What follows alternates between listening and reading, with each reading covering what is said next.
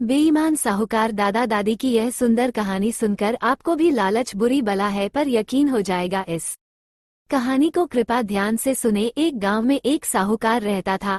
एक बार उसकी रुपयों की थैली खो गई। उसने घोषणा की कि जो भी उसकी थैली लौटाएगा वो उसे 100 रुपए का इनाम देगा। छोटा सा गांव था। तुरंत ही यह खबर पूरे गांव में फैल गई। दरअसल अपने खेतों का मुआयना करके लौटते वक्त उसकी थैली एक गरीब किसान मंगलाराम के खेत में गिर गई थी। जो मंगलाराम को पा गई वो ईमानदार था। थैली में 1000 रुपए थे। मंगलाराम ने साहूकार के पास जाकर थैली उसे लौटा दी। साहूकार ने थैली खोलकर पैसे गिने। उसमें पूरे 1000 रुपए थे। अब उसे दुख होने लगा कि क्यों उसने 100 रुपये इनाम देने की बात कही। उसने सोचा कि किसी चालाकी से 100 रुपए बचाए जाएं। अतः उसने किसान से कहा, वाह भाई मंगला, तूने तो इनाम की रकम पहले ही निकाल ली। ये सुनकर मंगला भौचक्का रह गया, मगर फौरन ही उसे झूठी बात सुनकर गुस्सा आ गया। उसने साहूकार से पूछा, सेठ जी, आप कहना क्या चाहते हैं? चालाक साहूकार ने कहा, मैं क्या कह रहा हूँ तुम अच्छी तरह जानते हो। इस थैली में 1100 रुपए थे, पर अब इसमें केवल 1000 रुपए ही हैं।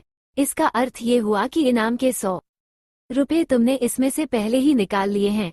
मैंने एक पैसा भी नहीं निकाला है। चलो सरपंच के पास चलते हैं, वही फैसला करेंगे। फिर वे दोनों सरपंच के पास गए। सरपंच ने बड़े ध्यान से उन दोनों की बातें सुनी। सारी बात सुनकर उसे ये समझते देर नहीं लगी कि साहूकार बेईमानी पर उतर आया है और 100 रुपए बचाने के लिए मंगलाराम पर झूठा इल्जाम लगा रहा है। सरपंच ने काफी सोचने समझने के बाद साहूकार से पूछा, तुम्हें पक्का पता है कि तुम्हारी थैली में 1100 रुपए थे? हाँ हाँ, पूरा यकीन है, मैंने अपने हाथों से गिनकर रखे थे सरपंच जी। तो फिर ये थैली तुम्हारी नहीं है, ये किसी और की है। तुम्हारी 1100 वाली थैली जिसे मिलेगी वह ले आएगा। मंगला, जब तक इस थैली का कोई दावेदार नहीं आता तुम इसे रखो।